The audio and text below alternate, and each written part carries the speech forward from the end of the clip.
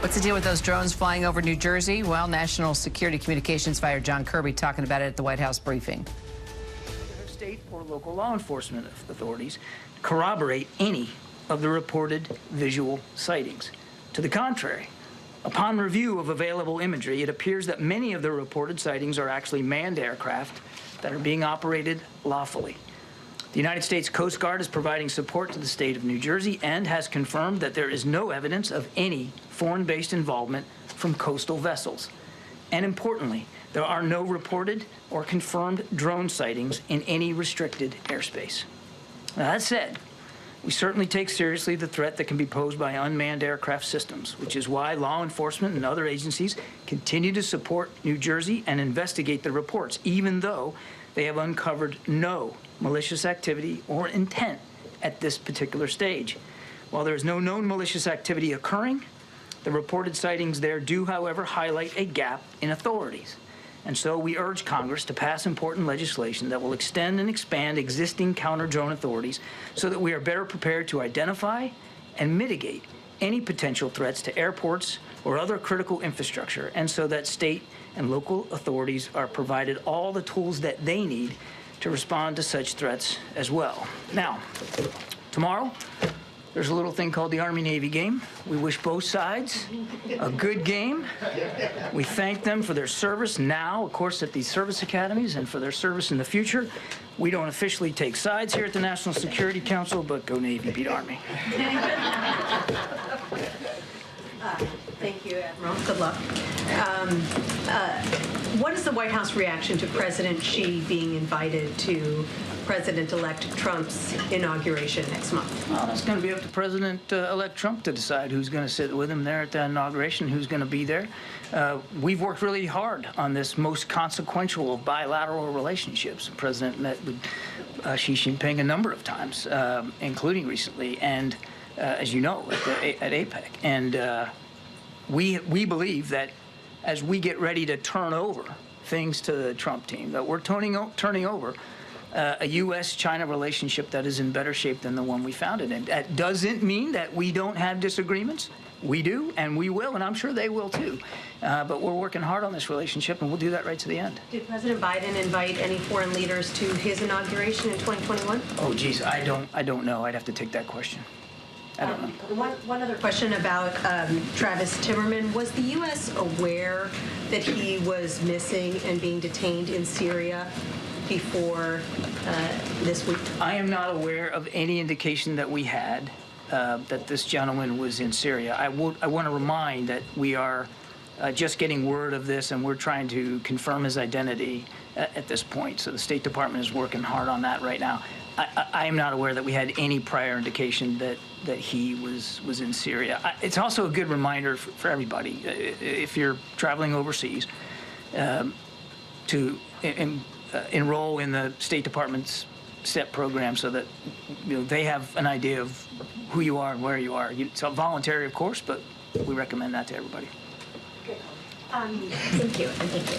So, regarding Travis Timmerman, have there been any other, have there been any other Americans or people who have been saying that they're American uncovered in detention following what the events in Syria? And then regarding Americans, do you have any updates on Austin Tice?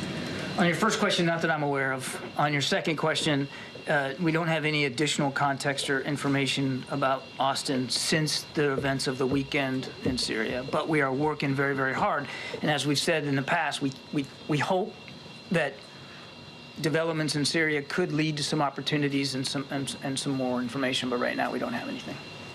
Are you concerned that there isn't more information around Tice? There isn't more of an update, considering the fact that we're seeing these prisons sort of people released? Would you have expected to have more news about Austin Tice at this point? We're concerned about Mr. Tice. We're concerned about finding out more about him, where he is, his condition. We certainly, as the president said on Sunday, want to do everything we can to get him back with his family where he belongs.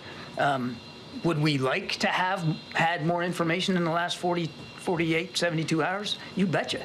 And we're working hard, and we're in touch with interlocutors and counterparts in and outside Syria to try to get as much information as we can. But I don't have anything additional to report to you today. And just following up on the news that President-elect Trump's press secretary confirmed that she was invited. You yourself have talked about wanting a competitive relationship that doesn't have conflict, like you said, a better relationship now than 4 years ago with China. So what's your take? Was it a wise move? I'm not going to, it's not my place from the podium here to pass judgment on the invitations to the inauguration. That's really for the Trump transition team to speak to. Look, all right, a couple things John Kirby mentioned, but let's start with Syria, because that question came from our White House correspondent, Mary Alice Parks, there regarding just the fall of Bashar al-Assad, his brutal regime, how quickly it happened. Now he's living in exile in Russia.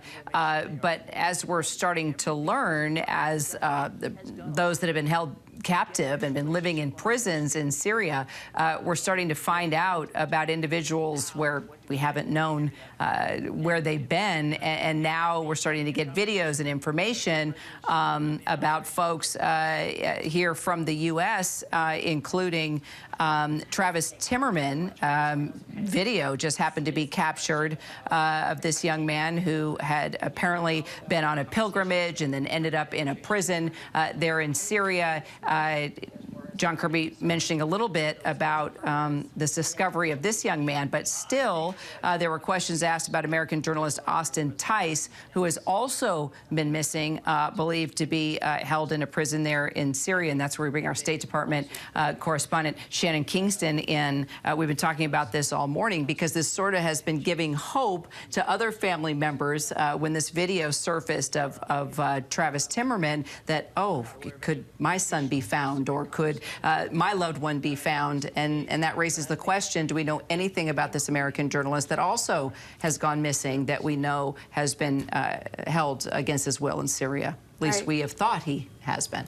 Well, I think it was hope and a little bit of heartbreak for the Tice family, because this is exactly what they want to see. They want to see video evidence of Austin recovered alive. They do believe he is alive, but you heard Kirby just say right now in the White House, they are concerned about his conditions. They're concerned about finding him. But just because there hasn't been any news yet, that doesn't necessarily mean that they're not going to come across him. I mean, it is chaos in Syria. They're still searching the prisons.